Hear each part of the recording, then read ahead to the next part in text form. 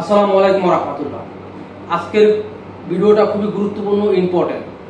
প্রবাসী মিডল ইস্টে যে দেশে আছেন সেই ভাইদের জন্য খুবই হেল্পফুল হবে। আশা করি এই ভিডিওটা ঝড়ের গতিতে শেয়ার করবেন। আপনারা অনেকে জেনে না জেনে বিভিন্ন সময় বিভিন্ন ভুল করে যাচ্ছেন, যেটা হচ্ছে আবেগ দিয়ে দুনিয়া চলে না।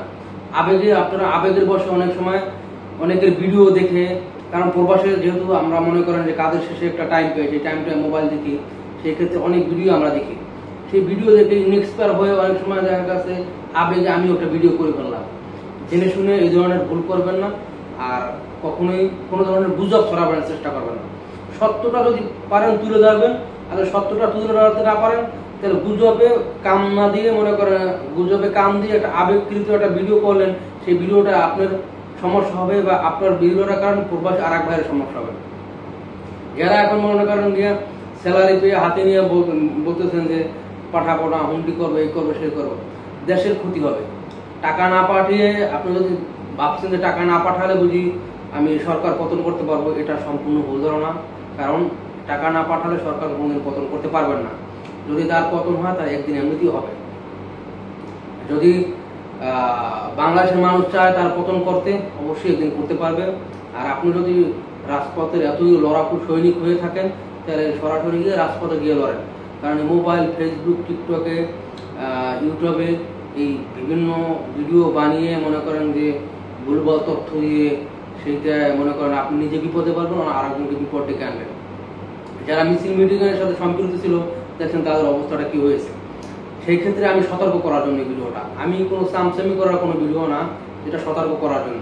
কারণ আমি একজন প্রবাসী সৈনিক হিসাবে, আমি প্রবাসী একজন রেমিটেন্স যোদ্ধা হিসাবে চাই না যে আর এক ভাই বিপদে পড়ো।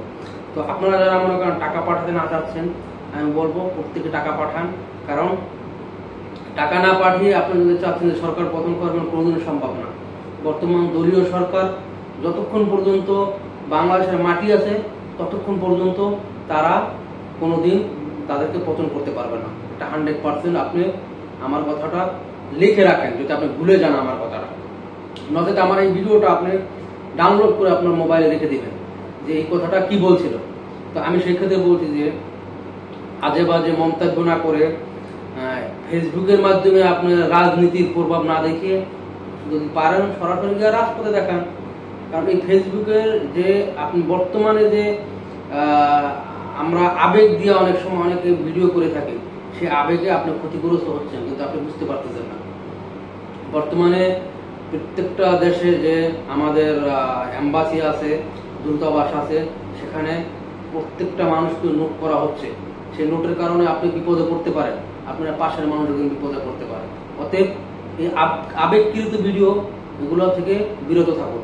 আর আবেগকৃত যে ভিডিওগুলো করেছেন, আপনার ফেসবুকের ওয়ালে পোস্ট করেছেন, ইউটিউবে পোস্ট করেছেন, টিকটকে পোস্ট করেছেন, সেই ভিডিওটা আশা করি রিমুভ করে দেবেন। কারণ নাহলে আপনি বিপদে পড়বেন। যদি কারোর সাথে মেসেঞ্জারে আপনি মনে করেন শেয়ার করে থাকেন, অবশ্যই সেখান থেকে রিমুভ করে দেবেন। হোয়াটসঅ্যাপে কারো শেয়ার করে থাকেন, অবশ্যই সেখান থেকে রিমুভ করে দেবেন। কোনো উস্কানিমূলক যে ভিডিওগুলো আপনি পোস্ট করেছেন, আশা করি সেগুলো রিমুভ করে দেবেন। যদি আপনি কারো ভিডিও শেয়ার করে থাকেন, সেই বিষয়টা সম্পূর্ণ ভিন্ন, আলাদা। কিন্তু আমি মনে করি যে সেখান থেকে আপনি বিরত থাকাই সবচেয়ে বেটার।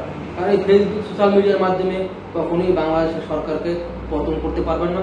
অতএব আপনি বিপদে পড়বেন, আপনার পাশের মানুষ বিপদে পড়বে, পুরো বাঙালি প্রবাসী যারা আছে সেই মানুষগুলো বিপদে পড়বে।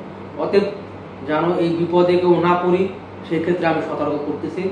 আশা করি প্রত্যেক দেশের সরকারের সাথে আমাদের সরকারের কথাবার্তা হয়েছে, দূতাবাসে কথাবার্তা হয়েছে, এদেরকে চিহ্নিত করে তাদেরকে আইনের আওতায় আনা হবে। আপনি একটা ভুল সারা জীবনের কান্না। আপনার দেখা গেছে একা রোজগারের উপরে আপনার ফ্যামিলির 8-10 জন লোক ডিপেন্ড করে, সেইগুলো বঞ্চিত হবে, আপনি বিপদে পড়বেন, আপনার ফ্যামিলি বিপদে পড়বে। সেগুলো থেকে বিরত থাকেন। এই টাকা পাঠাবো না, হুন্ডিতে পাঠাবো, এই করবো, সেই করবো, টাকা এই দেখায়, ভিডিও করেন, এগুলো থেকে বিরত থাকেন। আপনি যদি না পাঠাতে মন চায় তাহলে পাঠাইয়েন না, আর যদি পাঠাতে মন চায় তাহলে পাঠান, ব্যাংকের মাধ্যমেই পাঠান। কারণ এভাবে যেহেতু দেশে অনেক ক্ষয়ক্ষতি হয়ে গেছে, সেটাকে কাটিয়ে উঠতে হলে টাকা পয়সার প্রয়োজন আছে। আর যদি আপনি টাকা না পাঠান, সেটা আস্তে আস্তে তারা যে কোনোভাবে কাটিয়ে উঠবে, কিন্তু আপনি বিপদে পড়বেন। অতএব যেন বিপদে না পড়েন, সেই ক্ষেত্রে আমি সাবধান করার জন্য মূলত ভিডিওটা করা।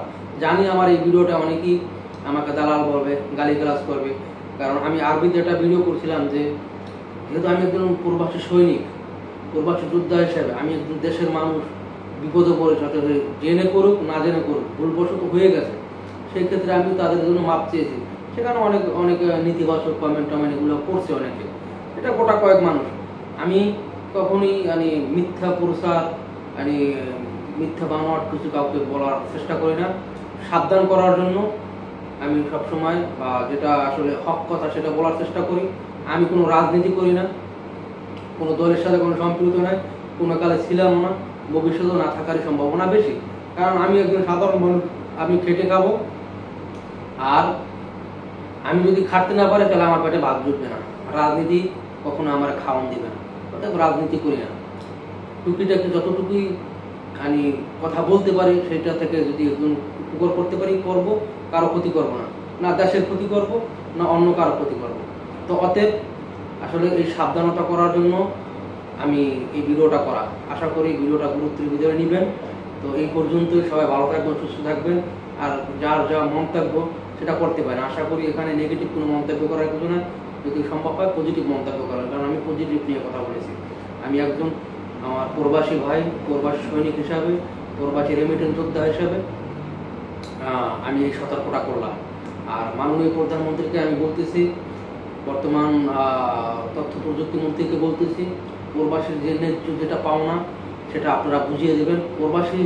প্রবাসীর দাবি একটাই, তারা একটা সম্মান, একটা রেসপেক্ট বা একটা যে তারা একজন সৈনিক সেটার যে একটা গুরুত্ব সেইটাই চাচ্ছে, আর কিছু চাচ্ছে না। অতএব আশা করি সেটা আপনারা বাস্তবায়ন করার চেষ্টা করবেন। ধন্যবাদ সবাইকে, আল্লাহ হাফেজ।